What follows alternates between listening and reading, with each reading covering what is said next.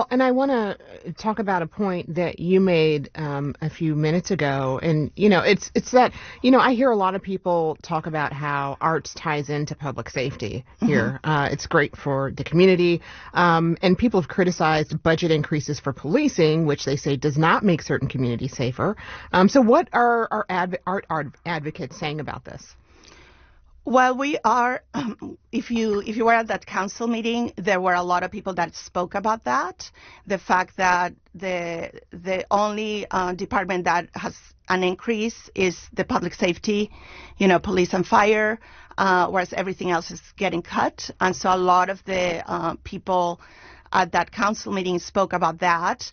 And I would say that coming from a part of the city that's very close to Barrio Logan, where you have this vibrant community of the arts. You have the murals, you have the Chicano Park Museum. People want to live in places where there are arts. Artists are the ones that make our city beautiful and interesting. And definitely that helps with public safety, because if you are in a place that's active, where people are gathering, where people are using what we call those third spaces, the public spaces, that's going to make a community safer. So there are different approaches to how we can make a place, safe. And it's not always, me as a Latina growing up in Los Angeles, policing, it has there's a lot of issues where it's not always the first thing to go to for certain communities. And it's not a preventative measure at all. You've been, really kind of deeply immersed in San Diego arts and in the community for a long time. What's your why?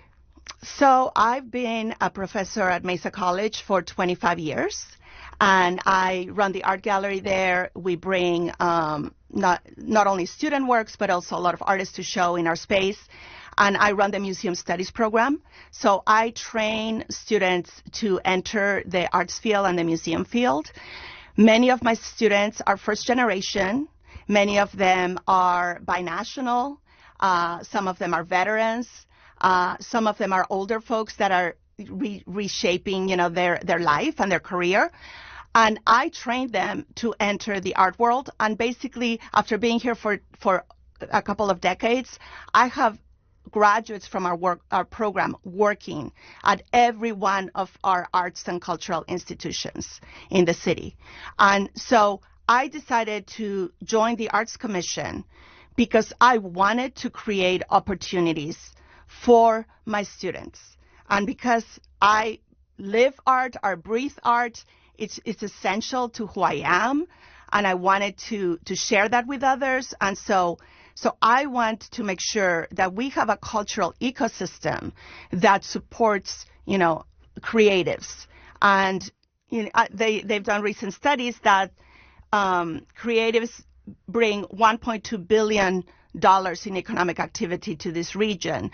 They support, hundreds of thousands of jobs. And so I want to make sure that my students have these opportunities.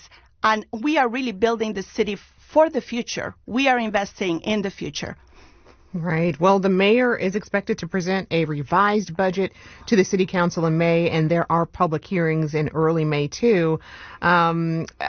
Details of that will be on our website, kpbs.org. I've been speaking with Alessandra Moctezuma. She's a professor of art and gallery director at San Diego Mesa College and chair of the city's Volunteer Commission for Arts and Culture.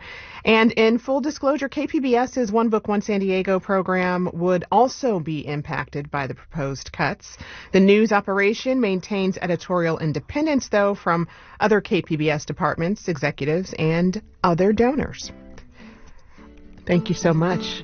But you're actually going to stick around with us. So I'm going to have you stick around for the next segment because I hear you've got some recommendations for our weekend preview. Stay with us. Midday Edition